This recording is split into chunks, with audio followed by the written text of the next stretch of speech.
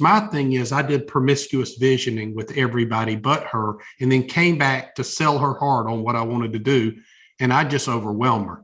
And she would say, about 3 questions in, I'd just get mad and holler at her. I said, I've done strapped myself to the Unabomber because we can't get to a decision with everything I try to do. You're telling me no, you're dream squisher. And so she would say, no, do you want me to help, or do you just want me to say yes to whatever you say? If you want me to do that, and I'm like, no, that's not blessable. So we'd be in this trap situation. And what I realized is we had to learn to vision together at some level, because without a vision, people and relationships perish. And so I had to slow down long enough. And it took us 3 years to get aligned in visioning, where now my number one vision partner is my wife. And I could have done that all along if I would have taken the time, been patient enough, and asked myself, do I really want to make half-brain decisions, or do I want to stand there with my wife and make decisions about how it's going to shape our life?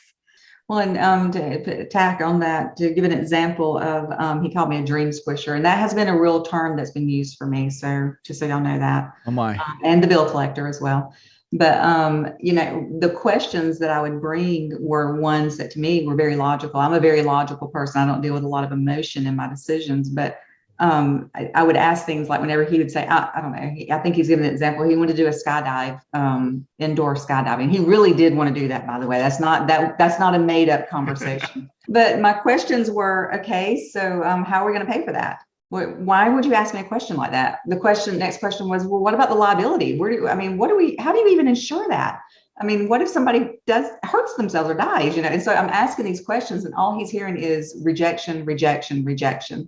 So it took us a few years for him to trust that when I bring these questions, it's because I'm trying to help you resolve all of the avenues that could possibly come against this very idea to make sure it's bulletproof. And then if it needs to go forward, it's not because I'm trying to shoot it down. I have no desire to shoot you down. Of course, he taught me how to bring those questions and challenge to him. And it's both sides. He has to hear the questions, and I have to learn to be quiet and let him actually give the explanation.